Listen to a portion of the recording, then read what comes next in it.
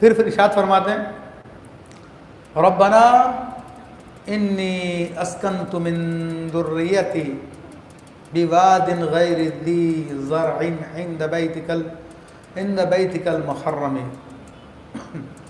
اے ہمارے رب، اے میرے رب، میں نے کچھ اپنی اولاد وادی میں بسائی ہے جس میں کوئی کھیتی نہیں ہے، تیرے عزت والے گھر کے پاس۔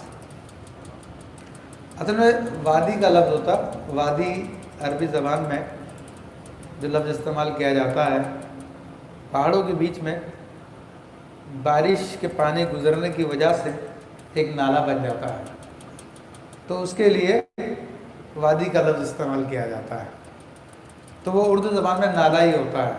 تو اس لیے امام اہل سنت کا ترجمہ فرما رہے ہیں کہ اپنی کچھ اولاد ایک نالے میں بسائی جس میں کھیتی نہیں ہوتی، تیرے عزت والے گھر کے پاس۔ تو نالے سے مراد برساتی نالا ہے۔ تو یہ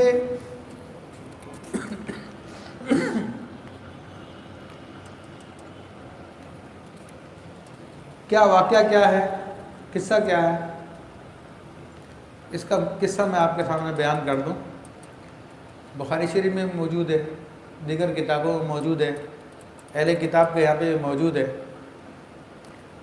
تو اس کا میں مختصر قصہ آپ کے سامنے بیان کر دیتا ہوں۔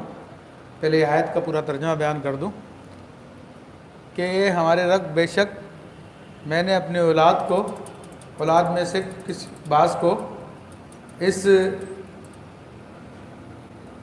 وادی میں آباد کیا ہے جس میں کوئی کھیتی نہیں ہوتی ہے، جو تیرے عزت والے گھر کے پاس ہے۔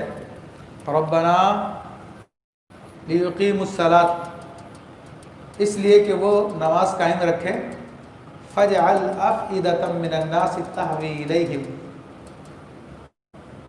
اور تو لوگوں کے کچھ دل ان کی طرف مائل کر دے اور انہیں کچھ پھل کھانے کو دے دے۔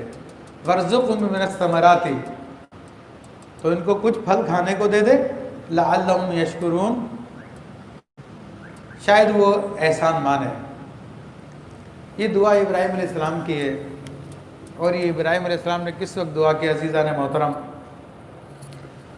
کہ ابراہیم علیہ السلام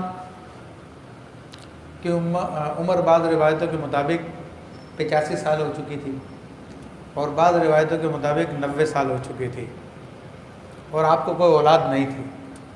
آپ کی اہلیہ تھی حضرت سارہ رضی اللہ تعالیٰ عنہ، تو ان سے آپ کو کوئی اولاد نہیں ہوتی تھی۔ تو ان کی ایک باندھی تھی ہاجر، ہم انہیں ہاجرہ کہتے ہیں۔ تو حضرت سارہ رضی اللہ عنہ نے عرض کی کہ ابراہیم علیہ السلام سے تو یہ میں اپنی باندھی آپ کی ملکیت کر دیتی ہوں، تو آپ ان سے جو ہے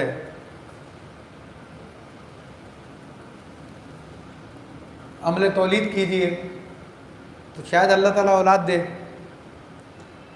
تو انہوں نے وہ باندھی آپ کو ہبہ کر دی، اور ابراہیم علیہ السلام سے وہ قریب ہوئیں، تو اللہ تبارک و تعالیٰ کے حکم سے وہ حاملہ ہو گئی۔ جب وہ حاملہ ہوئیں تو انہوں نے حضرت سارہ پہ فخر کیا۔ عورتوں کی عادت ہوتی ہے کہ تمہیں تو اولاد نہیں ہو رہی، مجھے تو ہو گئی ہے، تو اس سے حضرت سارہ رضی اللہ عنہ کو تکلیف بھی ہوئی۔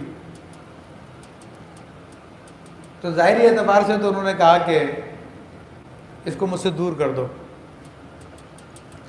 اچھا، وہ ڈر گئی تو وہ کہیں دور چلی گئی۔ پھر اللہ کا فرشتہ ظاہر اور اس نے کہا کہ نہیں، تم واپس جاؤ، تمہارے پیٹ میں جو اولاد ہے وہ بہت برکت والی اولاد ہے، اور پورا عرب جو ہے سارے میں اس کا حکم چلے گا، اور سب جگہ پہ جو بادشاہت ہوگی۔ بہرحال پھر آپ واپس آ گئے، لیکن ہاجرہ رضی اللہ تعالیٰ عنہ اور حضرت سارہ رضی اللہ تعالیٰ عنہ، تو معاملہ چونکہ خواتین کا تھا، تو حضرت سارہ نے کہا کہ نہیں، اس کو دور کرو مجھ سے۔ تو ظاہر میں تو انہوں نے کہا مجھ سے دور کر دو ان کو، لیکن حقیقتاً ابراہیم علیہ السلام کو بھی اللہ کا حکم ہو چکا تھا۔ بہرحال اسی اثنا میں اسماعیل علیہ السلام پیدا بھی ہو گئے تھے۔ تو حضرت ابراہیم علیہ السلام نے حضرت حاجرہ رضی اللہ عنہ کو لیا۔ ملک شام میں تھے آپ، اور شام جو ہے 2 مہینے کی مسافت پہ ہے مکہ معظمہ سے۔ تو بہرحال آپ اپنی اہلیہ کو، اس بچے کو لے کر اس جگہ پر تشریف لے آئے جہاں پر خانہ کعبہ تھا۔